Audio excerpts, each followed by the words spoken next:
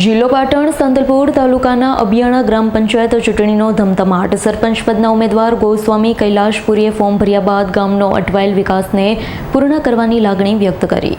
પાટણ જિલ્લો સાંતલપુર તાલુકાના અબિયાણા ગ્રામ પંચાયતમાં અગાઉ ગામના સરપંચ તરીકે રહેલા ગોસ્વામી કૈલાશપુરી હરિપુરી ફરીથી અબિયાણા ગામમાં વિકાસના કામો ન થતા અબિયાણા ગ્રામ પંચાયત સરપંચ પદના ઉમેદવાર તરીકે મેદાનમાં આવ્યા. વારાહી મામલેદાર કચેરી ખાતે બોડી સંખ્યામાં તેમના સમર્થકો સાથે ઉમેદવારી માટે ભર્યું હતું ફોર્મ ભર્યાની સાથે જ ગોસ્વામી કૈલાશપુરી મેદાનમાં આવ્યા. અબિયાણા ગામમાં ઘણા સમયથી વિકાસના કામો અટકાયેલા છે. પૂરા કરવાની ગામજનો સમક્ષ પોતાની લાગણી વ્યક્ત કરી રહ્યા છે. અબિયાણા ગ્રામ પંચાયતની ચૂંટણી આવી છે. એની અંદર મેં મારી ઉમેદવારી ગોસ્વામી કૈલાશપુરી હરિપુરી તરીકે ભરાવી છે.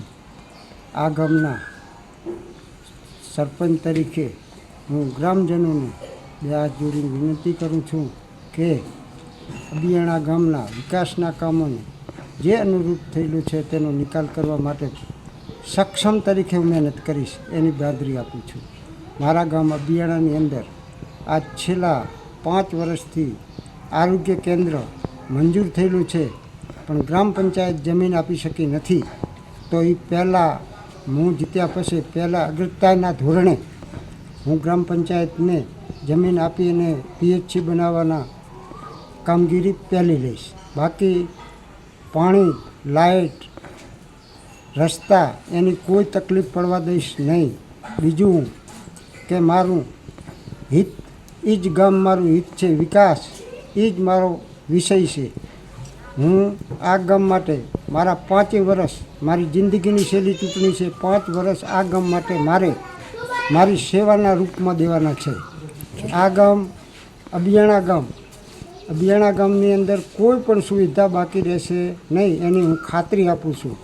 સરકારશ્રીની, કેન્દ્ર સરકાર, ગુજરાત સરકાર તેની ટોટલ મને પણ ખાતરી છે. 25 વર્ષનો આ વિષયનો મને પૂરો અભ્યાસ છે. હું નવો નિશાળ્યો નથી. દરેક કામની એક ઓફિસમાં, એક વાતમાં, એક કાગળમાં, એક ગ્રાન્ટમાં, એક યોજનામાં મને પૂરેપૂરી ખાતરી છે.